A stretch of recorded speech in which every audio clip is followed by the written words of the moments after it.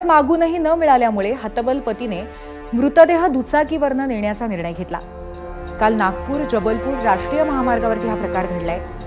ग्यारसी अमित यादव असं मृत महिलेचं नाव आहे, तर अमित यादव असं तिच्या पतीचं नाव आहे। भरधाव ट्रकच्या धडकेत या पत्नीचा मृत्यू झाला। कोणीही वाहन थांबवायला तयार नव्हतं। शेवटी पत्नीचा मृतदेह स्वतःच्याच दुचाकीला बांधला आणि घरी मध्य प्रदेशला घेऊन जाण्याचा निर्णय घेतला। महामार्ग पोलिसांनी या व्यक्तीला अडवून महिलेचा मृतदेह ताब्यात घेत उत्तरीय तपासणीसाठी नागपूरच्या मेयो हॉस्पिटलमध्ये पाठवला।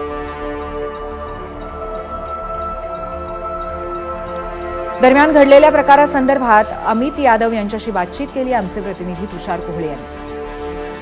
नागपूरच्या समाज माध्यमावर एक व्हिडिओ व्हायरल होत आहे। एक पती आपल्या पत्नीचा मृतदेह दुचाकीवर घेऊन जात असतानाचा हा व्हिडिओ आहे। आपल्यासोबत अमित यादव आहे। अमित, क्या हुआ था, कितने बजे की घटना है, बताइए। 3 बजे की सर। मोरफाटा के पास में पानी भरा था, तो मेरी गाड़ी स्लो किया मैंने, तो ट्रक वाला आया ना, तो उन्होंने मेरे को कट मारा और मेरी बाइक पीछे बैठी थी बैग पकड़ के, तो वो गिरी तो उसको चक्का गया और मैं गाड़ी के सामने गिरा सर। फिर उसके बाद में फिर मैं उठा, फिर उसके बाद बैग मोबाइल सब उठाया, उसको खींचा। उसके बाद में मैंने गाड़ी उठाया और गाड़ी उठाने के बाद में सर मैंने उसको उठाया, गाड़ी पे बांधा, दुपट्टे से घर लेके आया। आप उस समय लोगों को हेल्प मांग रहे थे, लोगों ने की क्या हेल्प? नहीं मांगा सर मैंने, नहीं मांगा।